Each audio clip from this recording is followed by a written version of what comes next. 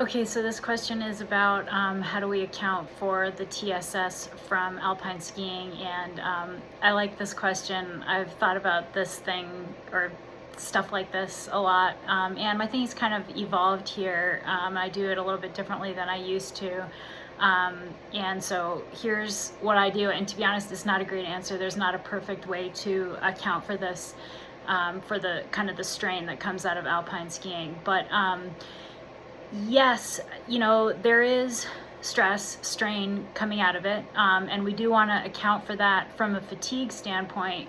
But the reality is the strain that you're getting out of alpine skiing is not going to contribute to your chronic training load in a meaningful way. So we don't want to apply a TSS score in a way that's going to impact your chronic training load. But that being said, we do want to account for it from a fatigue standpoint. So we do want to account for it from an acute training load standpoint. We want it to be captured in a training stress balance score. So from a metric standpoint, I'd like to see the TSS from alpine skiing accounted for from in TSB, not contributing to CTL. That's not how the metrics work. So we don't really have a great way to account for that fatigue.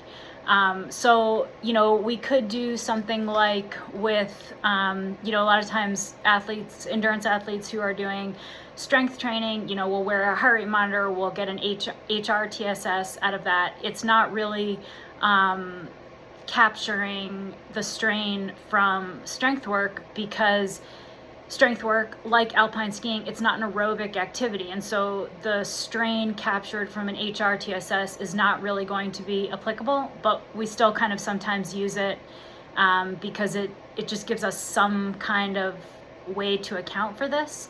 I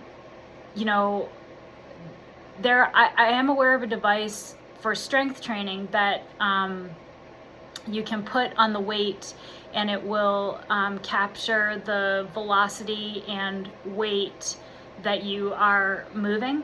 And so, to me, that's a way to account for the stress from strength training in a more meaningful way than a heart rate TSS, for example, because, for really heavy, slow lifts, you're certainly going to get a pretty inaccurate value out of an HR TSS. And my point is that it's going to be similar for alpine skiing. It's not an aerobic activity, so HR TSS doesn't give us what I want.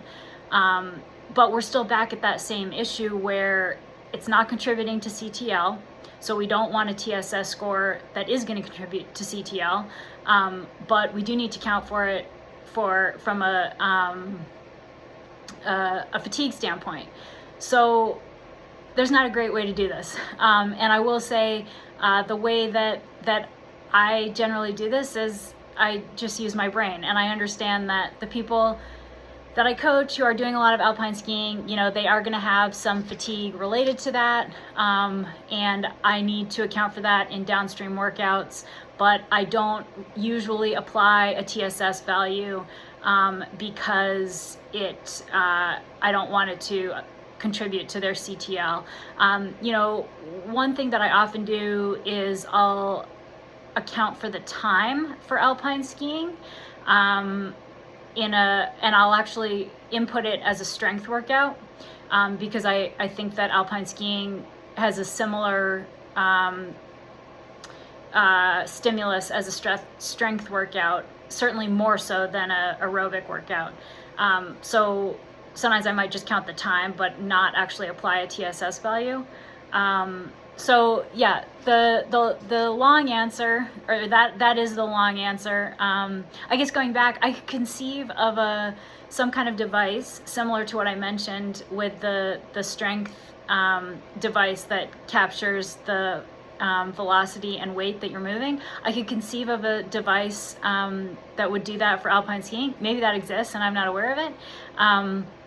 And that might effectively a power meter for alpine skiing.